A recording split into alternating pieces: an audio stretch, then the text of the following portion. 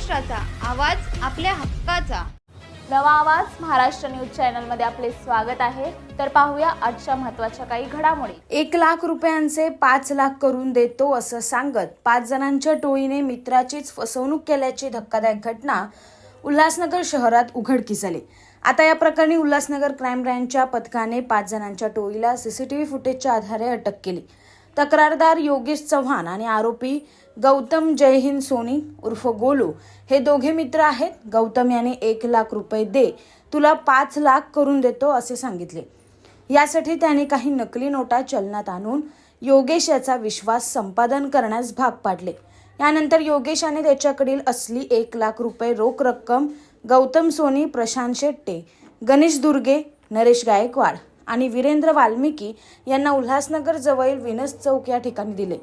यानंतर 5 लाख रुपयांची मागणी योगेश याने केल्याने त्याला उडवाउडवीची उत्तरं दिली जात होती।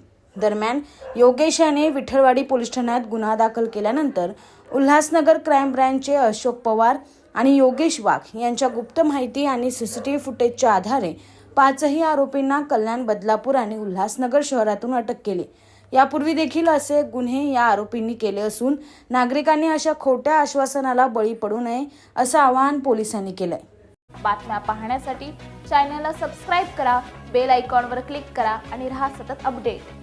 तुमच्या परिसरातील काही घडामोडी किंवा समस्या असतील तर आमच्या वृत्तवाहिनीला संपर्क करा आणि तसेच सतत अपडेट राहण्यासाठी आमच्या वृत्तवाहिनीला सबस्क्राइब करा आणि बेल आयकॉन दाबायला विसरू नका।